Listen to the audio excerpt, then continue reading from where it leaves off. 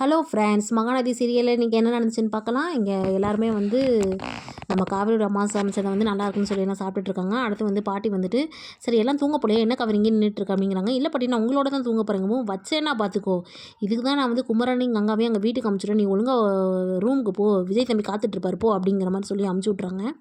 அடுத்து இங்கே வந்துட்டு நம்ம குமரன் வந்து எக்ஸைட்மெண்ட்டாக இருக்கார். ஆஹா, இந்த மாதிரி நான் வந்து தனியாக நம்ம 2 பேரும் இருக்கணும், டைம் ஸ்பெண்ட் பண்ணணும்னு எவ்வளோ நாளாக நினச்சிருக்கேன் தெரியுமா, இப்போ தான் அதெல்லாம் நடந்திருக்கு. ஏதாவது அன்பா ஏதாவது பேசேன் அப்படிங்கிற மாதிரிலாம் அவர் சொல்லிட்டு இருக்காரு. அப்படியே கங்கா வந்து டென்ஷன் ஆகிட்டாங்க.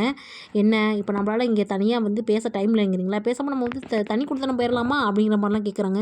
ஐயோ வேணாம் வேணாம், நான் தெரியாமல் கேட்டுட்டேன், விட்டுரு என்ன அப்படிங்கிற மாதிரி அவர் சொல்லிட்டு இருக்காரு. அடுத்த நாள் பார்த்தோம்னா இங்கே நம்ம காவேரியோட அம்மா வந்து பால் காய்ச்சிட்டு இருக்காங்க. கரெக்டாக வந்து நம்ம ராகினி வந்து அங்கே அவங்க வேலை செய்கிற மாதிரி வந்துட்டு அப்படியே ஸ்பூன் எடுத்து பாலை கலக்கி விட்றாங்க. அது வந்து அவங்க டக்குன்னு பார்த்துட்டாங்க. ஏய், நீ என்னடி கலந்த பாலில், நான் பார்த்தேன் அப்படின்னு சொல்லிட்டு இருக்காங்க. நானும் ஒன்றும் கலக்கலையே அப்படின்னு சொல்கிறாங்க. உடனே அந்த நேரத்தில் வந்து கங்கா, யமுனா, காவேரிலாம் வந்துட்டாங்க. இல்லை, நான் பார்த்தேன் கங்கா, இவ ஏதோ பாலில் விட்டு கலந்துட்டு இருந்தா, என்ன கலக்கலான்னு தெரியல, ஒருவேளை விஷத்தை கலந்தாலும் என்னமோ அப்படிங்கிற மாதிரி பேசிகிட்டு இருக்காங்க.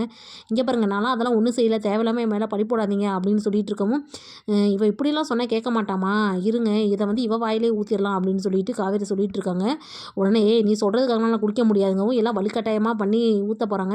இப்போ என்ன, இதை நான் குடிக்க நீங்கள் குடி அப்படின்னு சொல்லி வாயில் ஊற்றி பார்க்குறாங்க. நான் தான் சொன்னேன்ல விஷம் கலக்கலன்னு, எங்கள் வீட்டில் நாங்கள் ஸ்பூனில் தான் பாலில் கலப்போம் அப்படின்னு சொல்லி சமாளிக்கிறாங்க. பார்க்கலாம் என்ன பண்ண போகிறாங்க.